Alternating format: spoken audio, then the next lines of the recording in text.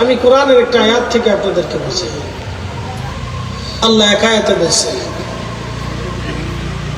ইন্নাল্লাযীনা কাফারু মিন আহলিল কিতাবি ওয়াল মুশরিকিনা ফী নার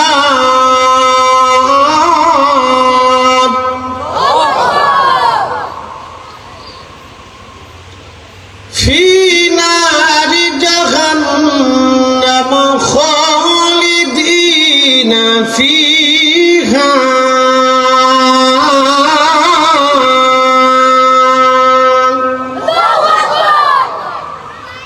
মনোযোগ। নিশ্চয়ই যারা কাফের অবিশ্বাসী, কাফের কোনো গালিটালি না। অন্য ধর্মের যারা আছে তারা হয়তো ভাবতে পারে আমাদেরকে মনে হয় মুসলমানরা গালিটালি দেয়। কাফের কোনো গালি না, কাফের হচ্ছে একটা পরিচয়। পরিচয়টা কি? যারা অবিশ্বাসী, এক আল্লাহকে যারা বিশ্বাস করে না। আমাদের দেশে যারা সনাতন ধর্মে বিশ্বাসী হিন্দু, যাদেরকে আমরা বলে চিনি, তারা বহু দেবতায় বিশ্বাসী। যেমন তারা বলেন আমাদের বিদ্যার দেবতা আছে, সেই জন্য তারা সরস্বতীর পূজা করে। তারা বলে আমাদের শক্তি এবং যৌন শক্তির দেবতা আছে, সেই জন্য তারা মনসার পূজা করে সাপ থেকে বাঁচার জন্য। তারা কালীর পূজা করে, তারা ভাবে কালী তাদের নিরাপত্তা দেয়, এরকম কিছু তাদের বিশ্বাস থাকতে পারে। তারা দেবীর পূজা করে, দুর্গার পূজা করে, গণেশের পূজা করে, কার কাছে আল্লাহ জানে। তো এরকম তাদের বিশ্বাস হচ্ছে পানির দেবতা, বৃষ্টির দেবতা, আকাশের দেবতা, সূর্যের দেবতা, দিনের দেবতা, রাতের দেবতা, এরকম অনেক দেবতা হতে হতে হতে হতে 33 কোটি হয়েছে। কত কোটি? একসাথে বলেন, কত কোটি? সারা পৃথিবীতে হিন্দু আছে কতজন? 100 কোটি প্লাস। 120 কোটি 30 কোটি যদি সনাতনী থাকে, তাহলে একজন দেবতা কতজন করে বান্দা ভাগে পাইল?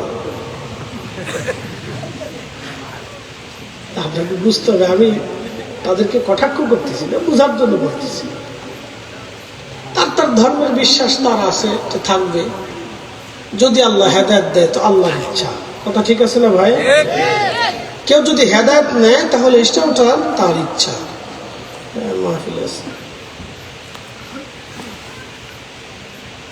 তো এটা যদি আল্লাহ দেয় সেটা আল্লাহর ইচ্ছা। তাহলে একজন দেবতা ভাগে পাইল 3 জন। কতজন? আচ্ছা, আপনাদেরকে প্রশ্ন করি, বৃষ্টির জন্য, মেঘের জন্য, দিনের জন্য, রাতের জন্য, খাবারের জন্য, ভূমণ্ডল আর নভমণ্ডল যাহা কিছু আছে সব কিছুর জন্য আমাদের মালিক কয়জন? একসাথে বলেন, কয়জন? কোনো সন্দেহ নাই। ধরেন যদি রাতের দেবতা এবং দিনের দেবতা ভিন্ন হতো, তাহলে প্রত্যেক দিন সুনিয়ন্ত্রিত ভাবে সূর্য উদয় হতো না। দুই দেবতার ভিতরে মাঝে মধ্যে ঝগড়া ফসাদ হয়ে, কিন্তু আজকে 10 মিনিট দেরি হবে, ঝগড়া যেহেতু হয়েছে তা আমরা চুপচাপ থাকি। কথা ঠিক আছে না ভাই? যদি বৃষ্টির দেবতা আর শুকনা রোদের দেবতা ভিন্ন হতো, তাহলে বৃষ্টির দেবতা বলতো যে না, আমি আষাঢ় মাসে বৃষ্টি দেবো না, আমি এই মাঘ মাসে বৃষ্টি দেব। তো শীতের দেবতা যে আছে সে বলতো যে আমার মাঘের দিনে, শীতের দিনে তুই বৃষ্টি দিবি কেন? এই লেগে গেছে যুদ্ধ। দুই দেবতায় কিলিকিলি করে মারামারি করে দেবতাদের জান শেষ, তো বান্দার অবস্থা কি হবে? তার অর্থ হচ্ছে এগুলি সব মানুষের তাদের মন গড়া শয়তানের কারসাজি। কথা বলেন ঠিক কিনা? মাজুসি ধর্মের অধিকারী যারা, ইরানীয়রা, প্রাচীন ইরানীয়রা আগুনের পূজা করত। মাজুসি ধর্মের অধিকারী যারা, তারা ভাবে যে আগুনই আমাদের খোদা, আগুন আমাদের দেবতা, এই আগুনই আমাদের সব, এই আগুনই আমাদের স্রষ্টা। এখন আপনাদেরকে প্রশ্ন করি, জবাব দিবেন। আগুন কি কোনো মাধ্যম ছাড়া প্রজ্বলিত হয়। আপনি এই কাপড়ে সারাদিন যদি হাত দিয়ে ঘষেন আগুন জ্বলবে? আগুন জ্বালানোর জন্য একটা বিশেষ উপাদান আছে, সেই উপাদান ছাড়া আগুন জ্বালানো যায় না। আগুনকে জ্বালিয়ে রাখার জন্য আপনার প্রয়োজনীয় যেই সামগ্রী লাগে, যেটাকে আমরা জ্বালানি হিসেবে মনে করি, সেই জ্বালানি ছাড়া কখনো আগুন জ্বলে থাকতে পারে না। জ্বালানিও নিঃশেষ, আগুনও নিঃশেষ। এর অর্থ হচ্ছে আগুন আরেকজনের মুখাপেক্ষী, আগুন আরেকজনের মুখাপেক্ষী। যেমন যারা গরুকে দেবতা হিসেবে বিশ্বাস করে, যে ভাবে গরুই আমার দেবতা, কারণ গরু দুধ দেয়। তো দুধ দেওয়ার জন্য যদি গরু দেবতা হয়ে থাকে, তাহলে 7 দিন একটানা গরুর রশি দিয়ে সুন্দর করে গোয়াল ঘরের মধ্যে বেঁধে রেখে দেয়, পরে খাবার পানি কিচ্ছু দিবেন না। 7 দিন পরে দুধও নেই, গরু নেই। যে অন্যের মুখাপেক্ষী সে কখনো দেবতা, ভগবান, খোদা কিছু হতে পারে না। কথা বলেন ঠিক কিনা? আল্লাহ কোরআনে বলে দিলেন, কুল হুয়াল্লাহু আহাদ আল্লাহুস সামাদ লাম ইয়ালিদ ওয়া লাম ইউলাদ। আচ্ছা, আপনারা বলেন, আমাদের সনাতনী ভাই যারা আছেন তারা বিশ্বাস করেন যে রাধা কৃষ্ণ তাদের দেবতা বা ভগবান। আচ্ছা, রাধা কি কারো মারপেট থেকে আসে নাই? মারপেট থেকে আসছে। তো যে জন্ম নিল সে কি করে দেবতা হয়? কি কথা কান্না কেন বুঝে আসে না? যে জন্ম আরেকজনের মাঝ থেকে নিল সে কি করে দেবতা বা ভগবান হতে পারে? লাম ইয়ালিদ ওয়া লাম ইউলাদ। আমি জন্ম নেই না, জন্ম দেই না। আল্লাহুস সামাদ,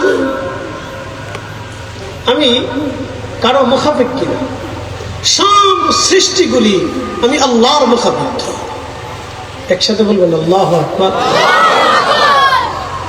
পৃথিবীর সমস্ত জ্ঞান বিজ্ঞান মিলে কি 1 মিনিট সূর্যকে দেরি করে ডুবাইতে পারবে? পৃথিবীর সমস্ত জ্ঞান বিজ্ঞান একত্রিত হলে কি 1 মিনিট সূর্যকে আগে উঠাইতে পারবে? সূর্য কার নিয়ন্ত্রণ? শীত এখন পৃথিবীর সমস্ত শক্তি যদি মিলেও এখন বাংলাদেশে গরম দিতে চায়, তা কি হবে? শীতই পড়বে। ফয়সালা কার? আমরা কার? আইন মানব কার? সেজদা হবে কার? ইবাদত হবে কার? জিকির হবে কার? এটা যদি মুসলমান মানতো তাহলে সুদ খাইত না। এটা যদি মুসলমান মানতো তাহলে ঘুষ খাইত না। এটা যদি মুসলমান মানতো তাহলে অন্যের জমি কারাকারি করতো না। এটা যদি মুসলমান বুঝতো তাহলে আপন ভাই তার বোনের জমি সুন্দর মতো বুঝে দিত। এটা যদি মানতো তাহলে আপন চাচা তার ভাতিজার জমি সুন্দর করে বুঝাই দিয়ে ক্লিয়ার করে দিত। কথা বলে ঠিক কিনা? আমার দেশে বহু ভাই আছে বোনের জমি বুঝাই দেয় না। বহু আছে বাংলাদেশে, বহু আছে, বহু বোনের জমি দেয় না। ভরে নিস, তুই ভরে নিস। বোনের জমি দেয় না, দিবারই চাই না। বনের জমি দিতেই চাই না, মনে হলো একটা বুঝা। বনের জমি দিতেই চাই না। এই শোনে, সে আবার টুপি মাথায় দিয়ে মসজিদের কাতারে প্রথম কাতারে নামাজ পড়ে। শয়তানে হাসে আর কয়, উড়ে সিটার। তা আমার সিটে তুই বড় সিটার, আমার সিটে বড় সিটার। ভাইরে, ওই লোকটা যতদিন ওই সম্পদের অর্থ ভোগ করবে ততদিন সে হারাম খাবে। শুয়োরের গোশত আর ওই খাবারের মধ্যে কোনো তফাৎ নাই। কি কথা কর না কেন জোরে বলে? একবার ক্লিয়ার কাটসাপ কথা। প্রিয় উপস্থিতি, খুব মনোযোগ দিবেন। কোরআন শরীফ আল্লাহ বললেন, কাইফা তাকফুরুনা বিল্লাহি ওয়া কুনতুম আমওয়াতা।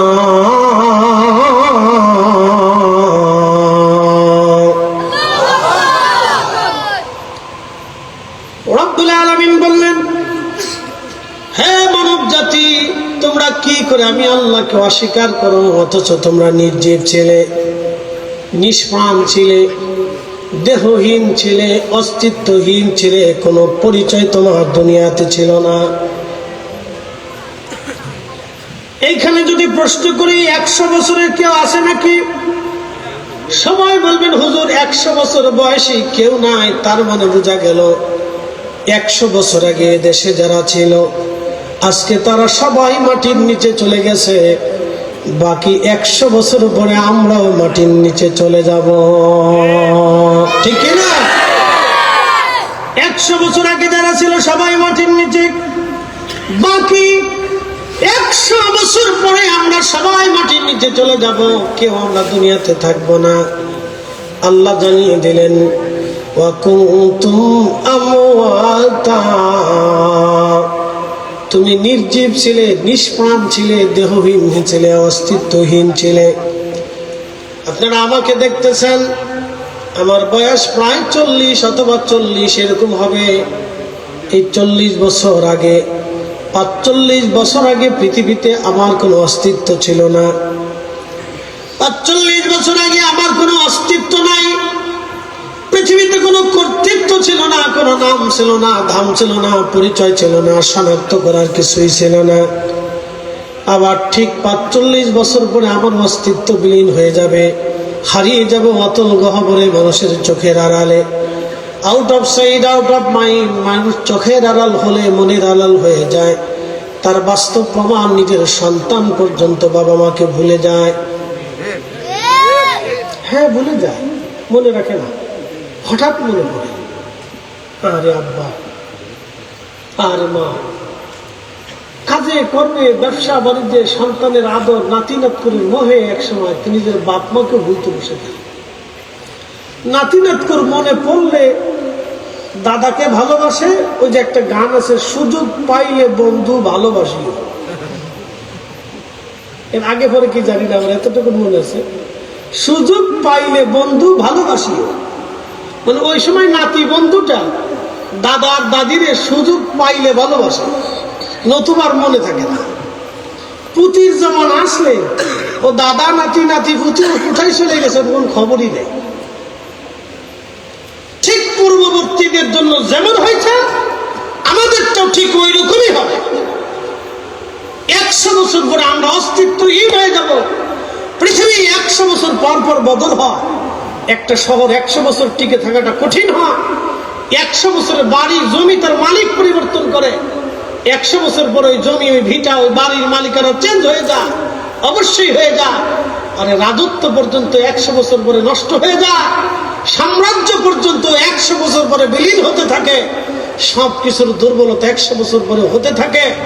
আপনি যখন কিশোর ছিলেন, শিশু ছিলেন, তখন আপনার ত্বক চেহারা একরকম, কিশোর হওয়ার পরে আরেকটু ভিন্ন রকম, বালক হয়ে যাওয়ার পরে আরো ভিন্ন রকম, যুবক হয়ে যাওয়ার পরে আরো ভিন্ন রকম। 40 বছর পার হইতে থাকলে আপনি যত ভালো খাবারই খান, আপনি দিন দিন বৃদ্ধ হতে থাকবেন, চুল পাকতে থাকবে, চামড়া দুর্বল হতে থাকবে, রক্ত ঠান্ডা হতে থাকবে, মানসিকতা চেঞ্জ হতে থাকবে, ব্রেন দুর্বল হতে থাকবে, চোখের আলো কমতে থাকবে, জবানের শক্তি কমতে থাকবে, শরীরের মর্দামি কমতে থাকবে। যত ভালো খাবার পৃথিবীর খান, আপনি ধরে রাখতে পারবেন না। বলেন, এই দেহটা কি আমাদের অধীনে না আল্লাহর অধীনে? না, একসাথে বলেন, আমাদের অধীনে আছে না আল্লাহর অধীনে? যদি আমাদের অধীনে থাকতো তাহলে জীবনও বুড়া হইতাম না। কি কথা বল না কেন? আল্লাহর অধীনে বিধান, শিশু থেকে বৃদ্ধ পর্যন্ত আপনার এই পরিবর্তন আল্লাহ নিজে ইচ্ছা আপনাকে করে দেয়, নতুবা মানুষ ফেরাউনের মতো হয়ে যেত। শরীরের ভিতরে সবসময় 3500 রোগ থাকে। একটা রোগ সবসময় আপনার শরীরে লেগে থাকবে। আপনি দেখবেন, আপনি নিজের শরীরের কন্ডিশনের উপর খেয়াল করে দেখবেন, একটা রোগ আপনার শরীরে দানা বেঁধে থাকবে। পৃথিবীর যত ওষুধই খান, ওই রোগটা আপনি নির্মূল করতে পারবেন না। ফয়সালা কার? না ডাক্তারের হাত আছে? নাই। এখন কেউ যদি মনে করে যে ডাক্তারই আমার দেবতা, তাহলে বুঝতে হবে এর মতো বলদ আর পৃথিবীতে আর একটাও নাই। কি কথা বল না কেন? ভারত বললো আমরা বাংলাদেশিদেরকে চিকিৎসা দেব না। আচ্ছা বলেন, তারা যদি আমাদের কাউকে চিকিৎসা না দেয়, আমরা কি মরে যাব? হ্যাঁ, যদি আমেরিকা বলে তোমার চিকিৎসা দেব না, তাতে আমরা কি মরে যাব? ভারত থেকে যারা চিকিৎসা করে আসে তারা কি চিরদিন বেঁচে থাকে? আমেরিকার ডাক্তাররা মনে হয় চিরদিন বেঁচে থাকে। তো ডাক্তার যে হার্টের রোগী, সে নিজেই হার্ট স্ট্রোক করে মরে যায়। যে ক্যান্সারের ডাক্তার, সে নিজেই ক্যান্সার আক্রান্ত হয়ে মরে যায়। তো সে তো নিজেই আল্লাহর কাছে অসহায়। কি কথা বল না কেন? হ্যাঁ, সাময়িক সময়ের জন্য আমরা কিছু আরাম পাই, সাময়িক সময়ের জন্য আমরা কিছু আল্লাহ আরাম দেয় যে তুমি ওষুধ খেয়েছো, সেবা ফয়সালা কার? তাহলে সেবাটাও আল্লাহর ফয়সালা, রোগটাও আল্লাহর ফয়সালা, এই ডাক্তারও আল্লাহর ফয়সালা। কেউ যদি মনে করে ডাক্তারের দেবতা, তাহলে বুঝতে হবে তার মতো বলদার কিছু নাই। গরু দুধ দেয় দেখে গরুরে দেবতা বানিয়ে ফেলছি, তার মানে আমার মতো বলদার পৃথিবীতে কেউ নাই। আরে গরু তো নিজেও জানে যে আমার দুধ হইতেছে, গরু তো নিজেও বুঝে না যে আমার কি হইতেছে সামনে, আমার জবাই দিবে না, খাবে না, মারবে না, ফিটেবে না, আমার সামনে বড়তে কি আছে, গরু তো নিজেও জানে না। এ তো নিজেও জানে যে আমি পয়সার দুধ দেবো। কি কথা বল না কেন? গরুর দুধ কি গরুর নিয়ন্ত্রণে? এখানে দেবতা কেন বুঝে না, বেহুদে তারা দেবতা মানে কত মুসলমানের জীবন নষ্ট করছে। গরু কোরবানি করলে মুসলমান ভিড়ে মারা ধরে। ভারতের বহু জায়গায় ইচ্ছা করলে আপনি গরু কোরবানি করতে পারবেন না। প্রিয় উপস্থিতি, খুবই মনোযোগ দেন। এই কথাগুলি কেন বলার উদ্দেশ্য? আল্লাহর তাওহীদ ও রুবুবিয়্যাত, আল্লাহর একত্ববাদের উপরে আমাদের ঈমানকে মজবুত রাখতে হবে, শক্ত রাখতে হবে। আমাদের সবকিছু যিনি দেন তিনি আল্লাহ। আল্লাহ বললেন তোমরা নির্জীব ছিলে, নিষ্প্রাণ ছিলে, অস্তিত্বহীন ছিলে, আমি রব তোমাদেরকে অস্তিত্ব দিলাম। বন্ধু খুব মনোযোগ দিবেন। আল্লাহ কোরআনে বললেন ওয়াবাদাআ খালকাল ইনসানি মিন তিন, আমি মানব জাতির সৃষ্টির সূচনা করেছি মাটি থেকে। মাটি থেকে আল্লাহ সূচনা করলেন। এই মাটির সাথে আল্লাহ পানিকে অ্যাডজাস্ট করলেন, আগুন অ্যাডজাস্ট করলেন, এবং বাতাসকে আল্লাহ সংযুক্ত করে চারটা উপাদান দিয়ে মানব শরীর, বডি আল্লাহ স্ট্রাকচার তৈরি করলেন। চার রঙের মশলা দিয়া যে কইরাছে তোর গঠন, চার রঙের মশলা দিয়া। আগুন, পানি, মাটি, বাতাস একই যুগে করিয়া প্রকাশ। আগুন, পানি, মাটি, বাতাস একই যুগে করিয়া প্রকাশ। ওরে দেখিলি না তুই কইরা তালাশ, ওরে দেখিলি না তুই কইরা তালাশ, কোন জায়গা সে মহাজন, চার রঙের মশলা দিয়া যে কইরাছে তোর গঠন, চার রঙের মশলা দিয়া। আল্লাহুম্মা সাল্লি আলা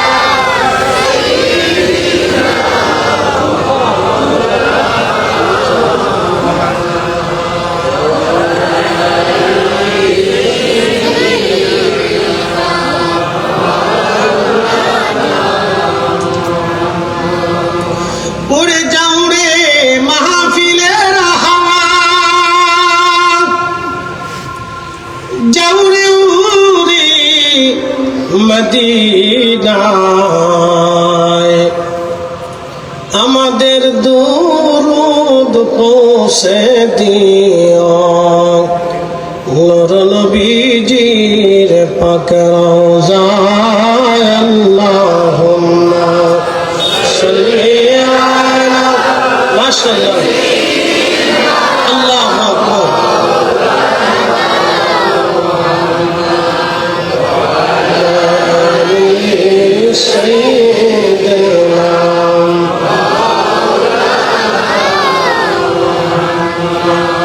বন্ধুগণ, খুব মনোযোগ দিবেন।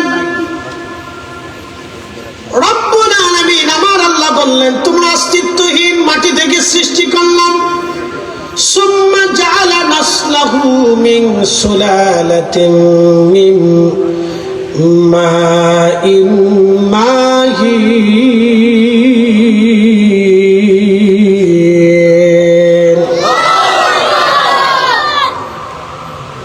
আল্লাহ বংশ বিস্তার করলেন। বংশ, আমাদের সন্তান, আমাদের মেয়ে, নাতি, পুতি, ভাই বোন, আত্মীয় স্বজন আল্লাহ আমাদেরকে দিলেন। মিন সুলালাতিন মিন মাইন মাহিন।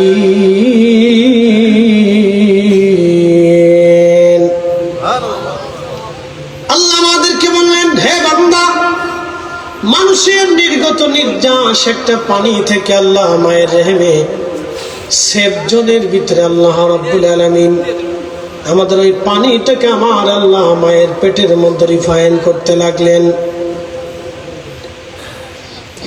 40 দিন রিফাইন করার পরে ওই পানিটা রক্তপিণ্ড হয়। বাকি 40 দিন রিফাইন করার পরে রক্তপিণ্ডটা গোশতখণ্ড হয়। গোশতখণ্ড হওয়ার পরে বাকি 40 দিন রিফাইন করার পরে চোখ মুখ মাথা দিয়ে একটা মোটামুটি স্ট্রাকচার আল্লাহ তৈরি করেন। এরপরে আল্লাহ জিব্রাইলকে বললেন, জিব্রাইল 120 দিনের মাথায় জিব্রাইলকে আল্লাহ বললেন, জিব্রাইল আমার রুহের জগৎ থেকে রুহ নামক ইঞ্জিনটা এনে আমার বান্দার দেহের ভিতরে ফিট করে দাও, ফুঁকিয়ে দাও। রুহ এনে আল্লাহ রাব্বুল আলামিন আমার দেহের ভিতরে আমার মায়ের পেটের মধ্যে 120 দিনের মাথায় আপনাকে এবং আমাকে আল্লাহ মায়ের রেহেমের ভিতরে 120 দিনের মাথায় আল্লাহ আমার দেহের ভিতরে রুহ নামক ইঞ্জিনটা ফুঁকায় দিলেন। একসাথে বলবেন কি আল্লাহু আকবার। শুনেন, আল্লাহর সৃষ্টির পরিক্রমাটা দেখেন। আল্লাহ রাসূল নিজে বলতেছেন, 120 দিনের মাথায় আল্লাহ রুহুটা এনে আমাকে ফিট করে। ফিট করার পরে জিব্রাইলকে আল্লাহ বলেন, জিব্রাইল 4টি জিনিস তুমি বান্দার জন্য নির্ধারিত করে দাও। 1 নম্বর, সে দুনিয়াতে কতদিন পর্যন্ত বেঁচে থাকবে, কতদিন পর্যন্ত দুনিয়াতে বাঁচবে তুমি লিখে দাও। আপনার হায়াত কি 60 বছর হবে, না 70 বছর হবে, না 80 বছর হবে?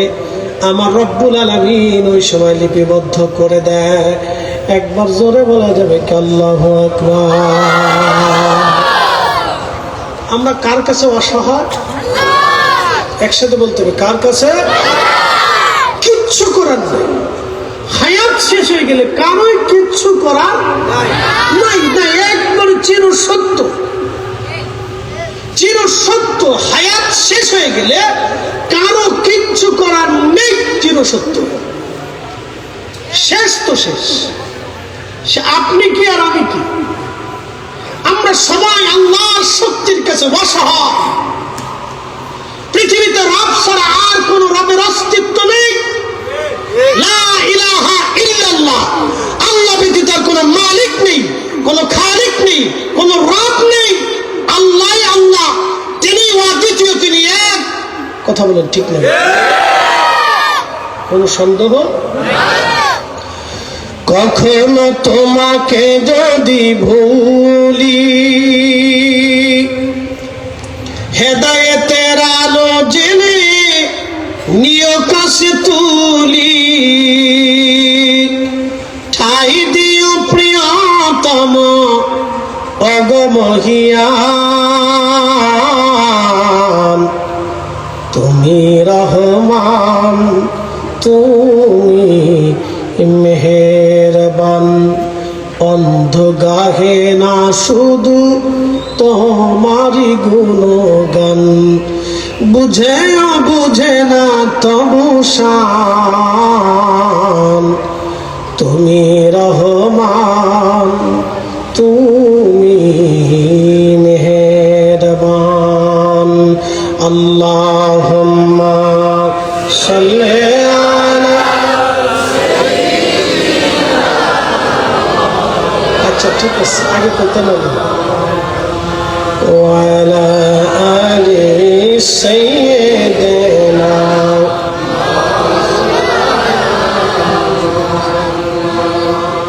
আচ্ছা অসুবিধা নেই, আমরা ওয়াজ বলাইতেও পারি। একসাথে বলেন আল্লাহু আকবার। তাহলে সব কিছুর মালিককে হায়াত কতদিন পর্যন্ত থাকবে আমরা কেউ জানি না। প্রিয় উপস্থিতি, খুব মনোযোগ দিবেন। হায়াত কতদিন পর্যন্ত পৃথিবীতে থাকবে আমাদের জানা নাই। চারটে জিনিস আল্লাহ মায়ের রেহেমের ভিতরে লিপিবদ্ধ করে দেন। 1 নম্বর হায়াত, 2 নম্বরে রিজিক। 2 নম্বর কি? একসাথে বলেন। বাংলাদেশের একটা কোম্পানি, একটা কোম্পানি 40,000, 50,000, 70,000, 10,000, 20,000 কোটি টাকার মালিক। বলেন তো, কোম্পানি যিনি প্রধান, প্রত্যেক দিন যদি ইচ্ছা করেন একটা করে হরিণ জবাই করে খাবেন, কিন্তু খাইতে পারে? জোরে জোরে বলুন, পারে? যদি ইচ্ছা করে প্রত্যেক দিন একটা খাসি খাবো, খাইতে পারবে? আল্লাহর সিদ্ধান্তের বাহিরে একটা ভাতের দানাও কেউ খেতে পারবে না বেশি। যদি আপনার চিন্তায় থাকে তাহলে কারো হক মারবেন না। কি কথা বলেন না কেন? যদি বিশ্বাস করেন আল্লাহর সিদ্ধান্তের বাহিরে একটা টুকরা ভাতের দানা বেশি খেতে পারবো না, তাহলে আজকে থেকে নিয়ত করবেন হক কারোটা নষ্ট করব না, হক কারো নষ্ট করব না, কারো অর্থ নষ্ট করব না।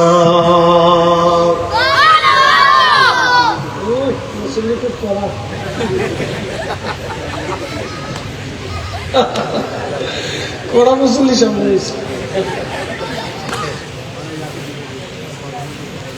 মুসল্লির আজকে ওয়াজ খুব গিলে গিলে খাই চলে যাচ্ছে। কালকে সকালবেলা দেখবেন সেন খুলে দাঁড়া এক মান কিছু মেরে দিচ্ছে।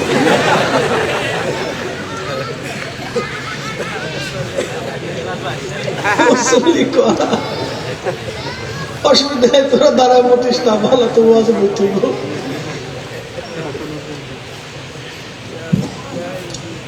আল্লাহ 7 বছর আগে আইব মুক্ত রাখছে, ত্রুটি মুক্ত রাখছেন আল্লাহ। অত যত ত্রুটি করুক আল্লাহ ধরে না। সুবহানাল্লাহ কইতেন না? 7 বছর আগে আল্লাহ ত্রুটি মুক্ত রাখছে, আইব মুক্ত। যত ত্রুটি করুক আল্লাহ এটা ধরে না।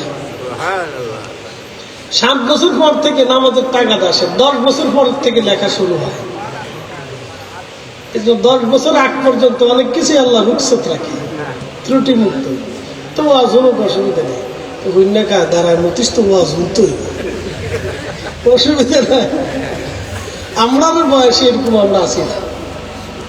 আল্লাহু আকবার।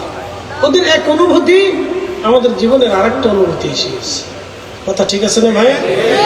এটা কি আমাদের ইচ্ছা হয় না আল্লাহর ইচ্ছা? এই জন্য ভাববেন যে আমাদের কোন নিয়ন্ত্রণে কিছু, এটা নিয়ে আমরা খামোখা পারাপারি করি। অনেক সময় কিন্তু বুঝি না, পারাপারি করি আমরা, প্রয়োজন নেই। এই জন্য পৃথিবীর যত অলি দেখবেন তারা সফট হৃদয়ের অধিকারী থাকতেন, সফট হৃদয়ের অধিকারী। ইনসাফের জন্য তারা খুব দৃঢ় থাকতেন আল্লাহর পথে, এবং রসুলের এশকে তাদের দিল থাকতো উজালা করে দিতেন। আপনার সাহেব কেবলা ফুলতলির সাহচর্য যারা পাইছেন, সাহেব কেবলার সাহচর্য যারা পাইছেন তারা দেখছেন। কি কথা বলেন, ঠিক আছে না? সাহেবের সাহচর্য যারা পেয়েছেন তারা দেখছেন। দিল খুব সফট, খুব নরম, ইনসাফ ও মানবতার জন্য। ইশকে রসুলের তাড়নায় দিল খুব শক্ত নরম, কিন্তু আবার ইনসাফের ক্ষেত্রে আল্লাহর আইনের জন্য ওনারা ছিলেন খুব দৃঢ়, পাহাড়ের মতো শক্ত। পাহাড়ের মতো শক্ত ছিলেন আল্লাহর ন্যায়ের উপরে, আল্লাহর বিধানের উপরে, পাহাড়ের মতো শক্ত। আবার এশকে রসুলের দিল এতই নরম ছিল, দিল উজালা হয়ে বিগলিত হয়ে কাঁদত। বুঝতে পারছেন? এটা তাদের সিচুয়েশনে ছিল আলাদা। এই জন্য তারা পৃথিবীতে শ্রেষ্ঠত্ব নিয়ে চলে গেছে। উলাইকা হুম খায়রুল বারিয়া। কোরআন বলতেছে ইন্নাল্লাযীনা আমানু ওয়া আমিলুস সালিহাতি উলাইকা হুম খায়রুল বারিয়া। যারা নেকে ঈমানে আমলে পরিপূর্ণ হবে সারা পৃথিবীর মধ্যে তারা শ্রেষ্ঠ। একসাথে বলবেন আল্লাহু আকবার। শ্রেষ্ঠত্বকে আমরা দিছি না আল্লাহ দিছে? আব্দুল লতিফ সারা বাংলাদেশে আরো আছে না? কি কথা কেন? লক্ষ লক্ষ লতিফ আছে না? তো লক্ষ লক্ষ আব্দুল লতিফের কাছে তো মানুষ যায়, ওনার জন্য এখনো কেন কাঁদে? উলাইকা হুম খায়রুল বারিয়া। আল্লাহ করে দিয়েছে। শুধু করেন নাই, মাখলুককে তাদের দিকে অনুভূত করে দিয়েছে। মানুষের দিনের ভিতরে আল্লাহ তাদের প্রতি মহব্বত তৈরি করে দিয়েছে। আপনি হাজার চেষ্টা করলেও মানুষের মহব্বত পাবেন না। কি কথা কর না কেন? মানুষ একটা অদ্ভুত প্রাণী, মানুষ একটা অদ্ভুত আল্লাহর সৃষ্টি। হাজার চেষ্টা করলেও আপনি মানুষের ভালোবাসা পাবেন না। কিন্তু সাহেব কেবলা ফুলতুরি ডাক দিলে লক্ষ লক্ষ মানুষ নিজের জীবনকে কুরবানি করার জন্য প্রস্তুত ছিল। এখনো আছে, আগামীতেও থাকবে। কথা বলেন ঠিক কিনা?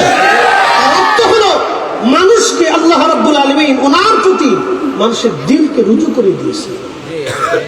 উনি ইচ্ছা করে পারেন না, আল্লাহ করে দিয়েছে। কথা ঠিক আছে না ভাই? আমরা ইচ্ছা করে পারি না, আল্লাহ করাই দিয়েছে। এটা আল্লাহর দয়া। যেটা বলেন কার দয়া? আল্লাহর দয়া। কারণ উনি আল্লাহকে খুশি করছেন, আল্লাহ তার রসুলের গোলামি করছেন, খুশি করছেন। সেটা বলবেন না সুবহানাল্লাহ।